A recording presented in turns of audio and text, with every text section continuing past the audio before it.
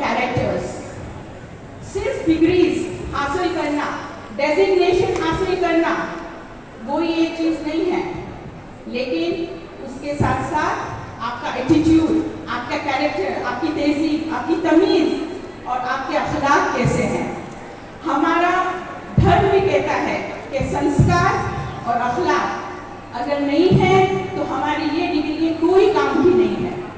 आज दिन ब दिन दुनिया में ये चीजें बढ़ती जा रही है, गलत चीजें बढ़ती जा रही है। इसकी वजह क्या है? यही है कि हम हमारे संस्कार, हमारे अखलाक भूल जाते हैं।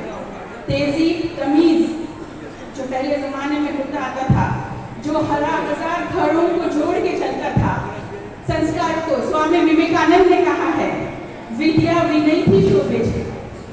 अगर मेरे पास बहुत सारी डिग्रीज है लेकिन विनय नहीं है, डिग्रीज नहीं है, बड़ों की इज्जत नहीं है, बड़ों से सादर लोगों पास माते नहीं, तो आ शा माटे आ डिग्री शू कामनी है।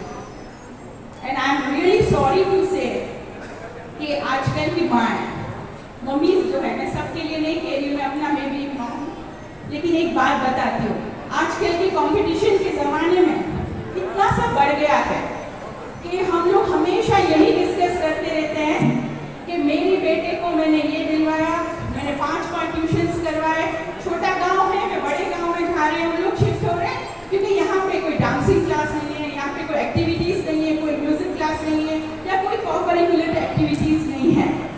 लेकिन आपने कभी ये सोचा कि आपने अपने बच्चों को कितना वक्त दिया? फिर जब बच्चे बड़े होते हैं तो हम कहते हैं कि ये अपने माँ बाप को नहीं पूछते, अनाथ आश्रम में वृद्धाश्रम में चले गए माँ बाप। आज बच्चे घर में नहीं रहते, एक छोटी फैमिली फिर भी अलग, दादा दादी अलग रहते हैं, घर वाले अलग रहते हैं, क्यों?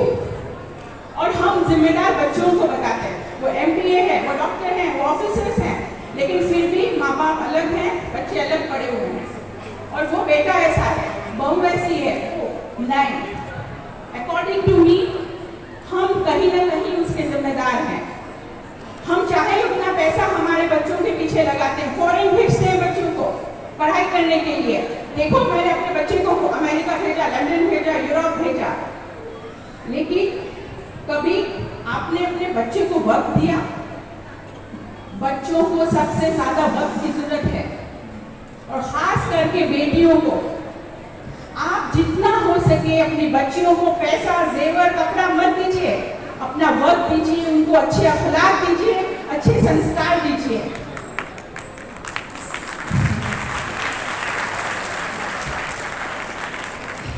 देखिए, मैं भी एक माँ हूँ। अनफॉर्चुनेटली मैंने एक 17 साल की बेटी को गंवाया है। वो एक ही बेटी थी मेरी। आज मेरी वजह से आज मैं यहाँ इसीलिए आई हूँ कि अगर मेरी कोई एक बात से किसी एक बेटी की जिंदगी संवर जाएगी तो खुदा मुझे नवाज देगा। मैं आपको ये कह रही हूँ, आज हमारी बच्ची हमारे से दूर हो रही है, वो दूसरों से अटैच हो रही है, अपनी फ्रेंड्स के साथ जा रही है, दूसरी आंटी कर रही है, दूसरों के साथ जा रही है। क्यों? वो जिस घर में जाती है उस घर के अंदर अच्छे से नहीं रह पाती है, सेट नहीं हो पा रही है। इसकी वजह हम हैं। कहीं ना कहीं हम में कमी है, हमने हमारे बच्चों को अच्छे अखलाक, अच्छे संस्कार नहीं दिए हैं। उन्हें बताइए दादा दादी के क्या हकूक हैं, माँ बाप के क्या हकूक है, रिश्तेदारों के क्या हकूक है। अरे हमारा कुरान तो कहता है कि अगर आपके बाजू में कोई भूखा बैठा है तो आपको खाना खाने का हक नहीं है। पड़ोस के क्या हक है, हम ये सब भूल जाते हैं। बस मेरे बच्चे MBA चाहिए, मेरे बच्चे डॉक्टर चाहिए, मेरे बच्चे इंजीनियर, उसका बच्चा है तो हम। आपने कभी ये कोशिश की है कि उसका बच्चा में इतने अच्छे अखलाक है तो मेरे बच्चे में भी इससे ज्यादा अच्छे अखलाक होने चाहिए। और मैं तो कहती हूँ कि पूरी दुनिया अखलाक पे ही चलती है।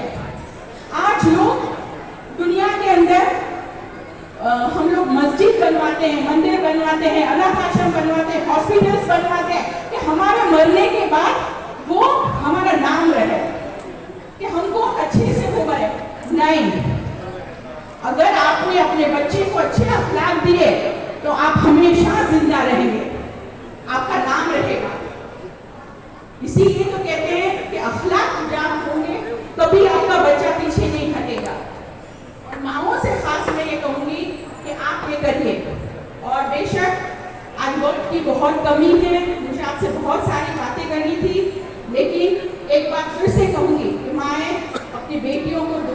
देती रहिए, क्योंकि दुआओं से बढ़कर दुनिया की कोई दौलत नहीं है।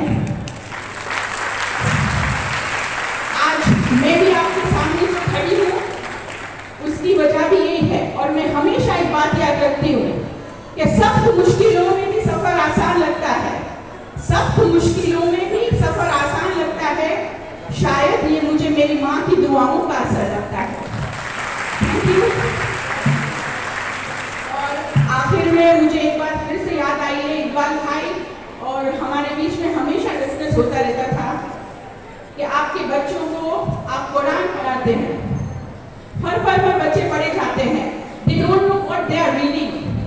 तो हमारी एक रिक्वेस्ट है आपको कि हो सके तो रोज की 4 लाइन भी बच्चों को ट्रांसलेशन से पढ़वाइए, ताकि उनको पता चले कि वो क्या पढ़ रहे हैं और हमारा इस्लाम क्या है, ये जानना बहुत जरूरी है।